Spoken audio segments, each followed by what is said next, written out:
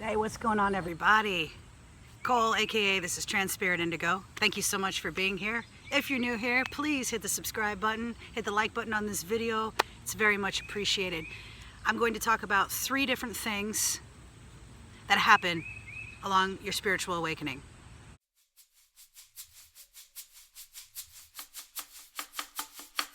Everybody's spiritual awakening is different, just like everybody's life is different. But there are 3 things that I wanted to point out that I notice that I've noticed about my spiritual awakening and others as well. So if you're new to this, I wanted you to know. And if you've been on the journey for a while, I wanted to reiterate, because I know for me personally, it's good to have things repeated sometimes because we forget. There's so much information out there, right, in this world, and we can easily forget. So here's a reminder. The first thing that will most likely happen within time is you're going to lose friends, family, whoever. You're going to lose relationships, friendships. And I don't mean to bring you down or just make you sad. The thing is that it's a part of it, because when you start waking up to who you really are, I don't know about you, but I want to tap more and more into who I really am and to the divine. And when you do that, oftentimes you'll say things like, I want to be the greatest version of myself. The thing is that a lot of times you want to be the greatest version of yourself because you're not currently being the greatest version of yourself, and you know in your soul and in your heart that there's more for you out there. This was really hard for me 5 years ago, 6 years ago. This is really difficult for me because I had some friendships that I didn't want to let go of. The thing is that the more you raise your frequency, the more you set those intentions, the more that you and your friends or family or whoever, work people, the more that the frequencies won't be on the same bandwidth. You'll be on AM, they'll be on FM. Doesn't mean that you won't get along at all, but you'll start feeling that divide, and it will get louder and louder, and it can be extremely painful because you don't want to lose people. It's hard. But here I am, 5-6 years later from when it really started to happen, and I'm so much happier because I'm being more of who I really am, and I'm following my path. And some of the people from my past are still in my life, and some of them had to go, and a lot of them that needed to go, it was for the best. Just like acquaintances or people that didn't really respect me as a trans person, and I just put up with it because I thought I had to do that to survive. Just all these limited beliefs that we all have about ourselves, about the world. It all intertwines. So letting go of relationships is going to be a part of it. And it could be your partner. And let me tell you, that is very difficult. Yes, I know. It's extremely difficult. So you have to make a choice to trust your intuition. So I'm going to be real with you. I'm going to give you the harsh truth. Sometimes you're going to feel the intuition like you should let go of something, and you won't let it go. And there's a possibility whatever's going on that's negative could get worse and louder, because the universe is not going to shut up. If something's not serving you, the universe is going to get rid of it eventually at some point. For me, I've held on to things way longer than I should have, and it just hurts even more. And then you waste time. So we only have, time is an illusion, yes. But when we incarnate onto Earth, we agree to be a part of the Earth construct of time. Because we might be multidimensional beings, yes, but we're also in human bodies. We came here to have the human experience. As much as sometimes I know I want to leave it. I'm like, can I just go out into the cosmos and not deal with all this crazy bullshit that goes on Earth? We've all been there. So it's going to happen, most likely. I don't want you to be scared. Gotta be strong. Cry it out. Man, I've cried so much in the past year, letting go of people, places, things. And I feel so much better.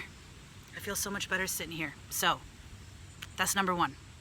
Number 2 is very close to what number 1 is. And it's letting go of parts of yourself. So number 1 was letting go of people, places, and things. But number 2, along your spiritual journey, you will most likely experience ego death. In fact, I think you have to, because the spiritual journey includes, I'm laughing, it's kind of one of those nervous laughs, like, yeah, it sucks, but it's gonna happen, oh crap. Just being honest with you all. Letting go of parts of who you once were. But see, that's normal. Even if you're not on a spiritual journey, you grow in life. You're not the same person you were in 3rd grade. It's just like when you're in your 20s, by the time you're in your 30s, you'll be different. 35 is different than 36. 17 is different than 19. You're always evolving. So it can be very difficult. It's one of those difficult parts of the spiritual awakening, is letting go of parts of yourself. That's why some people call it an ego death, because it feels like a death. I've been experiencing that personally a lot this year. I've had to watch the death of a version of me that was in a serious relationship.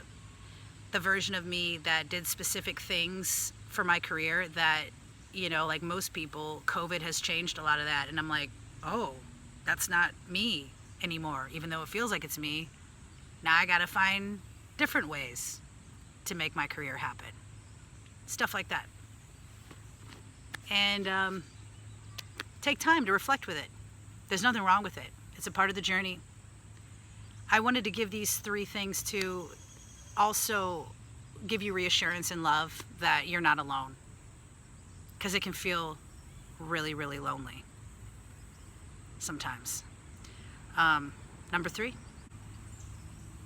Number 3. I talked about loneliness. That's a huge part of it. That's not really what number 3 is, but I felt the need to, 3 and 4, whatever.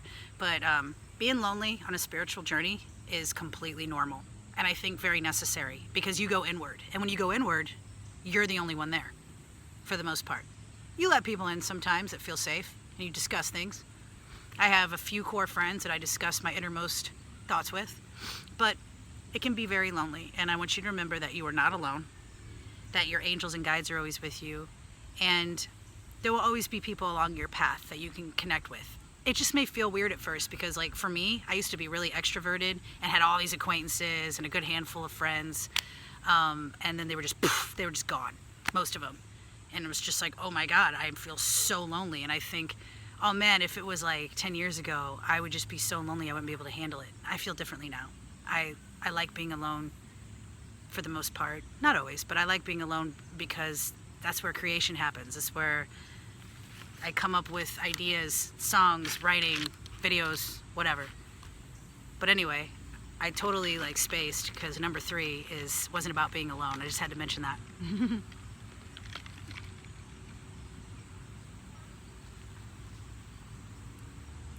So for 3. That was 4. Jesus. For number 3, I want to talk about lifestyle changes. So I talked about having to let go of relationships. I talked about having to let go of aspects of yourself. And I guess this could also fall under giving up certain things. But let's talk more about giving up certain habits. A big part of your spiritual awakening is you might feel called to eat better food. That's a huge part of it. Or you might not feel called to do it and really don't want to do it, and you're struggling with it. That too. Anything's possible. A huge part of spiritually waking up and self-love is eating and consuming better foods. You don't have to be perfect. You don't have to be a purist. You don't have to be plant-based, vegan, perfect, this and that. I don't care what you do, as long as you're not hurting people. I don't care if you eat meat or whatever. I don't eat meat anymore, for the most part. There's been little times that I've picked little things here and there. I'm gonna live my life to the fullest, but overall, for me, I gave up meat. I gave up most dairy. There are times where I'll eat a cookie that has dairy in it and I don't beat myself up for it. There have been years on end where I was very strict. We're forever evolving. But letting go of certain habits, and one of the biggest ones is the way you eat and the way you drink. Because along your spiritual journey, you'll probably soon realize, if you haven't already yet, that what you eat and what you drink, what you consume, and also what you watch, TV, read, what you consume overall will dictate your outer reality and your health, your inner and your outer. Because the outer world that you perceive is literally a reflection of your inner world. Get to that more later. So just know that that's normal. It's normal to have all these changes, to be letting go of all these things. But remember, when you sacrifice certain habits that you do love and you don't necessarily want to get rid of, better things come in. As one door opens, another one closes, vice versa. That's how this universe works. So please don't give up on yourself. Like I said, a spiritual journey is not an easy journey. It's not for everyone either. But you'll know if it's for you. You know, to be honest with you, I left my spiritual journey. I attempted to leave it around January, February of 2020. I was like, oh man, I'm so over this. I was going through a round of an ego death, that was awful. And I needed it. I didn't realize I was actually very codependent on my partner at the time. And I needed to have that death to realize that I was being codependent, because that's never healthy. It's one thing to work together, but to depend on somebody for your happiness is never healthy. So I tried to run from the journey a little, like a year and a half ago, almost 2 years ago really. And it didn't last for long. The universe got louder and louder. And then I end up back on my journey a few months later, less than that, a couple months later. Don't give up. We're here right now, starseeds, light workers, whether you're, however you identify, if you're a rainbow, indigo, crystal, child, adult, we're all here to anchor in the light from our heart space, through our chakras and meridians, down into the core of Earth, up to source. We're here to shine our light from inward, outward. We're here to show people the truth. In the outside world, it's getting a lot louder right now. There's a lot of separation, divide, anger. It's about rising above the fray. I gotta remind myself that every day, because I get angry too. I might come on here and smile and be all goofy, and that's who I am, but I'm human. I get angry, I get jealous, I get insecure. All that's normal. All that's normal along the path. So please remember that. Thank you so much for checking out this video. I really appreciate you being here. Again, if you haven't subscribed yet, please do. More videos coming.